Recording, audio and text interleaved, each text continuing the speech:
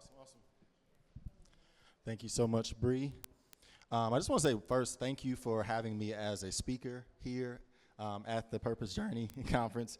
But then more importantly, thank you for walking in your purpose and being obedient to God. For those who don't know, me and Bree pretty much talk every single day. I was thinking about this like the other day. I was like, if all of our communication, we think about email, phone, throughout the phone, texting, like if all that happened like on Snapchat, our streak would be undefeated because we talk every day for like the past 4 years. And so, yeah, I mean, she's pivotal to my business. A lot of you all know that. Pivotal to a lot of things that we do here. So just want to say thank you for all of that. So I'm going to be talking about the Mindful Mindpreneur. And I'm glad they used the word pivot a lot today. The reason being is because I had to do a pivot this morning when I actually read through the full email that Bree sent us because I thought I was speaking for an hour, and I'm only speaking for 15 minutes. So, again, when you're walking in your purpose, sometimes you have to pivot. So I'm going to take away some of the more interactive moments and save that for the panel when me and Dwight are up here and just go and kind of dive into, like, how can we maximize our money? I'm going to have some things you all can write down, and then we'll jump into it. So I kind of didn't like this Mindful Mindpreneur. It was a long title. It was like maximizing money and me. It was a lot going on. And so I just summed it up to more money, more mission. That's kind of like the title for today. Who in here wants to make more money just in life in general? Okay. I was going to make sure I was talking to some people in here. So a little bit about me, a quick introduction. I go by Andre Dre, Motivational Dre. Number one, I love God. I'm trying to get to the level of saved as Bree, but I do love God. I love people. Everything that I do is for individuals. I think that God brought me on this earth for people. And then I love processes. One of my favorite quotes is, you don't rise to the level of your expectations, you fall to the level of your training. And when I think about processes and systems, I believe people don't really, when tough times happen, you don't just rise to the occasion. No, you're going to fall to the level of your systems, your processes, and your training. So if you all don't have those things in place, be sure to start to add those things in your business, in your life, because that's what you're going to fall to when it's time for you to show up. And then number four, I love profits. I think sometimes in this world, people get discouraged about talking about money. But that's why I say more money, more mission, because I think that it's about where you're putting your money and what you're doing with the money, because I want to have a lot of money because I've been able to impact so many individuals with the money that I have and God has blessed me with. So I want to change this idea today of us unlearning bad habits. And that's kind of what I want to talk with. The mindpreneur, I guess I'll go into this real quick. Some people say, what is the mindpreneur, Dre? Like they want a little bit of definition around that. And so this is what I say. A mindpreneur is an individual / game changer who recognizes and understands the profound significance behind developing, nurturing, and rewiring a positive, growth-oriented thought process, which is ultimately their mindset. Mindpreneurs do not focus on the how. And I'm going to say that again. Mindpreneurs do not focus on the how of life and business. Their energy is reserved for cultivating the most positive, unmovable mindset, thoughts, attitude, and habits that will take their success and well-being to the next level in whatever endeavor their heart desires. The reason I say don't take care of the how is because that's what God takes care of. So many times we get stagnant, we procrastinate because we're like, okay, how is this going to come to fruition? God told me to do this, but you're stuck on how it's going to happen. Just move and do what he says, and the how, he'll take care of that. And so I want to tell you today that you don't have to worry about how. Like, that's one thing that has catapulted me into multiple successful businesses, is I stopped worrying about how God was going to do it, and I just said, I'm just going to move, and I'm just going to do it. And so I want to just, if that's somebody right now that you're stuck on the how it's going to happen, I want to take that away from you today. So unlearning bad habits. Really quick, what are some bad habits that are stopping you, or you feel that are stopping you from making more money, whether it be in your job, because I know some of you are in the corporate space, whether it be in entrepreneurship, or whether it just be just in life in general. Anybody have any bad habits they want to throw out real quick? Procrastination, number one. Yes, sir. Oh, that was yours too? Anybody else got any bad habits that are stopping them from being successful or making more money? Snacking. Okay. Lack of consistency. Lack of professionalism. Overthinking. Social media. Oh, scrolling. Time. These are all good. Some of the ones that I wrote down were procrastination, micromanaging, avoiding financials, resisting change, ignoring feedback, failing to delegate. that was a huge one of mine for a long time. Failing to delegate. I didn't trust a lot of people with the brand. Neglecting networking, over-promising and under-delivering, and not investing in marketing. Wink, wink, if y'all need some marketing. Those are some of the things, that you all need to understand and realize that can stop you from, having success and making more money in your business. One thing that I had to unlearn was this right here. For the longest, for years, I would say, impact over income. Impact over income. Back in 2017, when my dad passed away, this was something that I just, I kept looking. I was like, impact over income. He had such an impact, didn't have the income, but, his impact just, it spread across the world. And although I do believe that you should be focused on impact over income, there was a lady at my church who was very successful. She said, Dre, I'm sorry you posted that on Facebook. And she's a real, this lady's real. She got all in my face like, you gotta stop posting that. And I'm like, what do you mean? I'm thinking I'm doing the right thing. She's like, why can't it be impact and income? And she changed the shift in my mind. I was like, wait a minute, why can't you have both? Why do we live in a world where if you have a lot of money, you're a bad person, and if you're poor, you are some holy person that everybody should respect because you're living a life, you have a white picket fence with a dog and 2 kids, and you're just no. Why can't you make a lot of money and still have an impact in this world? And that's my mission. That's what I want to do, and how I want to inspire individuals to be able to, one, make more money, but then make sure you're putting that money into the right places. So the 3 things that we're going to talk about today, we're not going to talk it out. We're going to save that. 3 things we're going to talk about today are, that was number 1. Okay. Let me do this so I can just tell you 3 things we're going to talk about today. We're going to talk about unlearning bad habits. We're going to talk about actionable strategies to maximize your money. And then we're going to touch on cultivating a mindset for financial success and meeting. And don't worry about all these slides. We're not going to go through all these slides. These are just up here for some reminders for me. So I want to talk about planting seeds. I was talking to my mom this morning. I like to call her whenever I'm getting ready to speak because just like Bree said earlier, she called BJ, and BJ dropped some gems in her. Sometimes, 1, she eases my spirit, but then 2, it's always something that she says that pops in my head that I use for when I'm speaking. And she talked about how my papa, who lives with her, my grandpa, she talked about how he was, probably up. He was up early. She was talking to him earlier. She heard the little ring bell go off, and she saw him out in the yard, and he's getting ready to garden. Anybody here garden? You do? Okay. Well, good. A little bit. Okay. Yeah. And she was talking about him gardening, and she was talking about the seeds and this and that, and she was talking about how he was, and I don't know the correct terminology, but he was breaking the ground up, getting the soil right and doing this and that, and she was just kept talking about these seeds, and something just got planted in my spirit.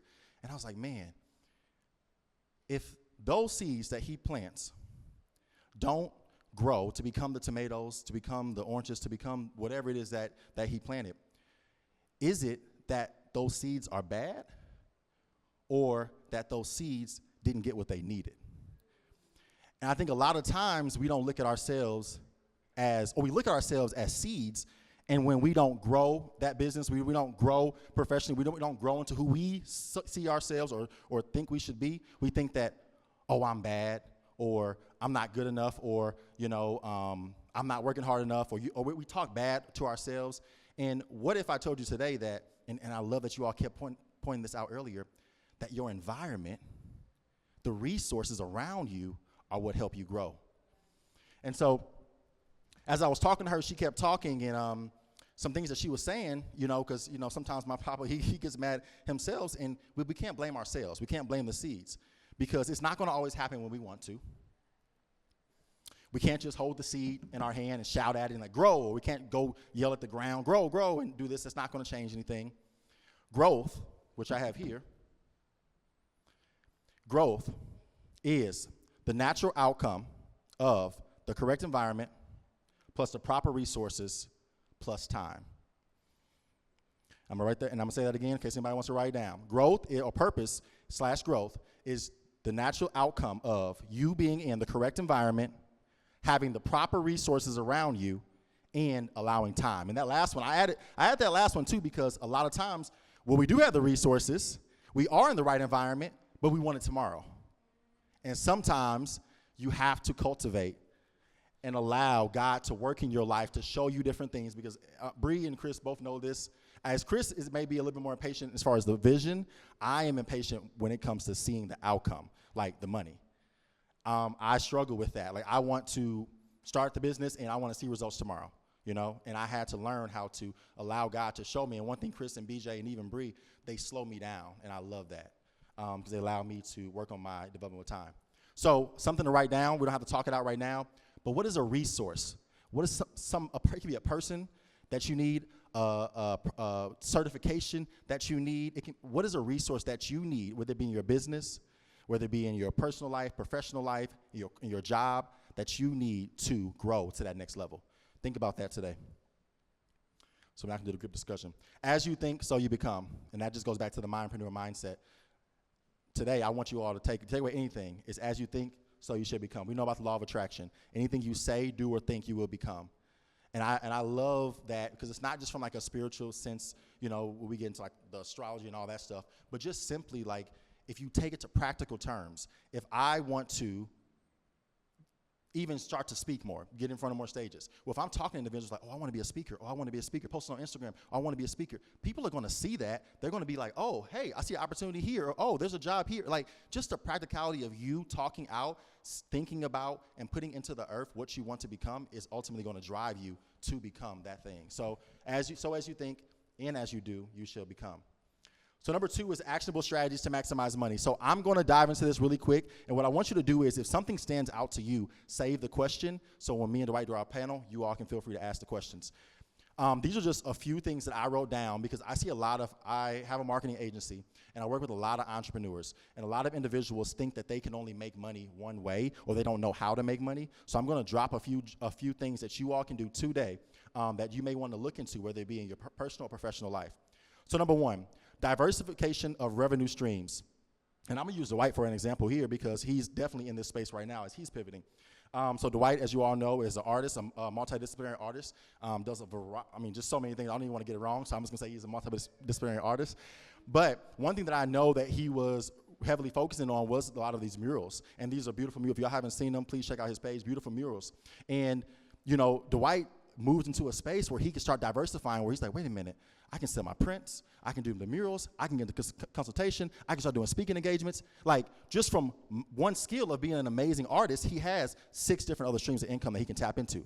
So think about the business that you're in. What are the other streams that you can start to tap into that you may not have explored? Number 2, leveraging technology. We all know the most basic one, social media.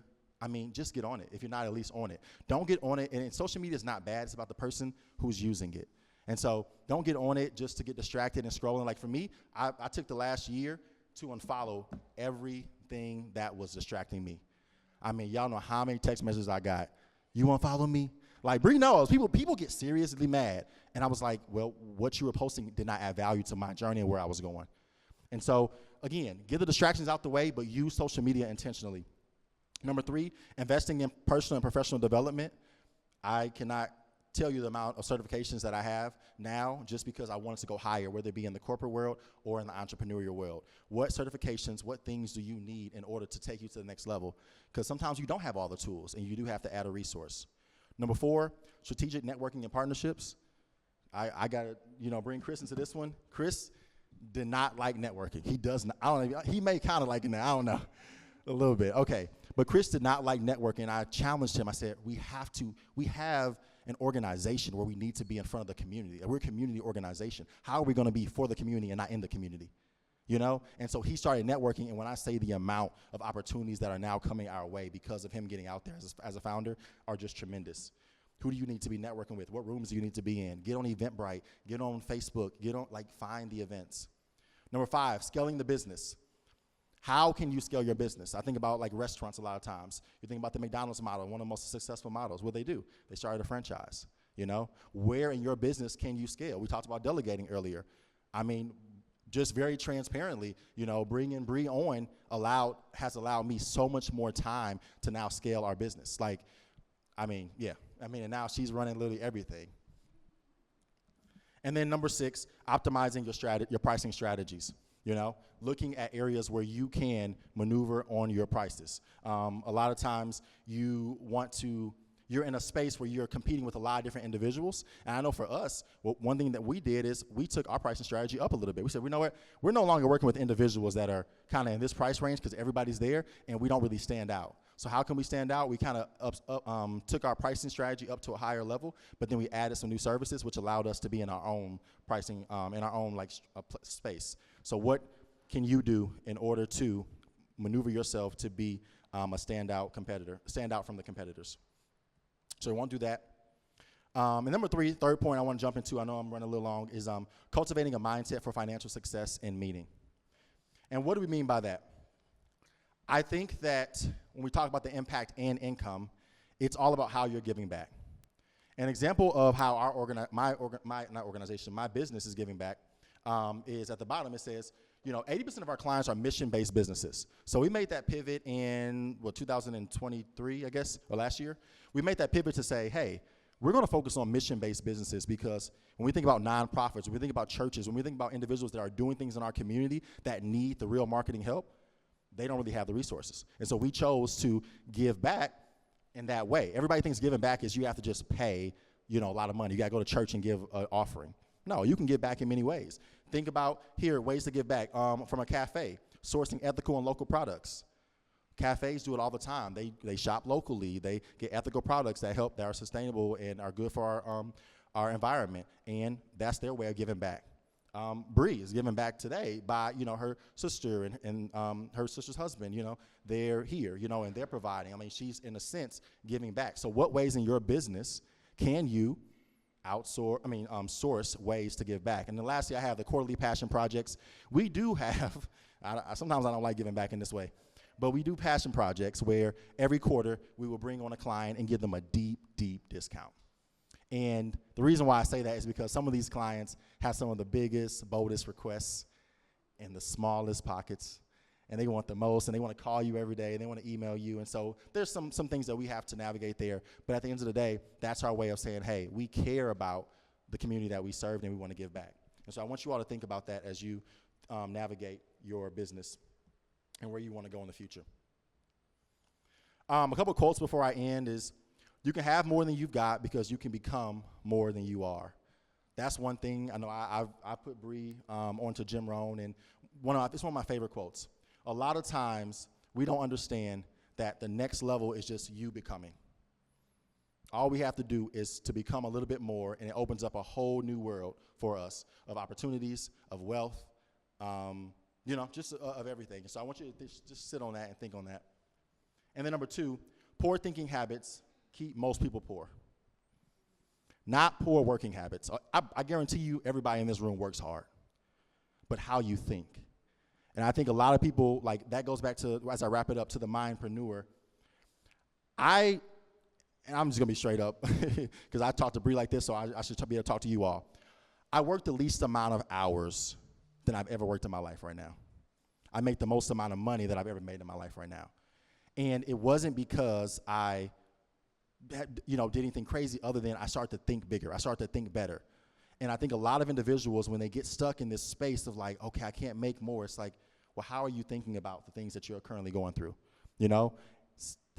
Because I have an entrepreneurial spirit, I want to say this, stop looking at life from a executor standpoint, from a employee standpoint. Bree spoke to this earlier. She said she had to move from an executor to a visionary. And now when she moves to a visionary, she's able to put on a conference. You can't put on a full conference successfully by being just an executor. You have to be a visionary. And my dad taught me this at a very young age. He said, you have to learn how to delegate. And when you learn how to delegate and put people in a position, and we talked about this with Chris, that also share your vision or that support your vision, it allows everything to kind of flourish. And so, Bree, I just want to say thank you, for this. Literally, I was talking to my mom and my financial advisor. I was like, I got to get a policy on you, because if anything ever happens to Bree, don't get me wrong, from an emotional standpoint, I'm going to be done, first of all. But from a financial standpoint, I'm definitely done. I don't even know half of my passwords. Bree is literally like everything to me. So I just want to say thank you. I appreciate you. Yes.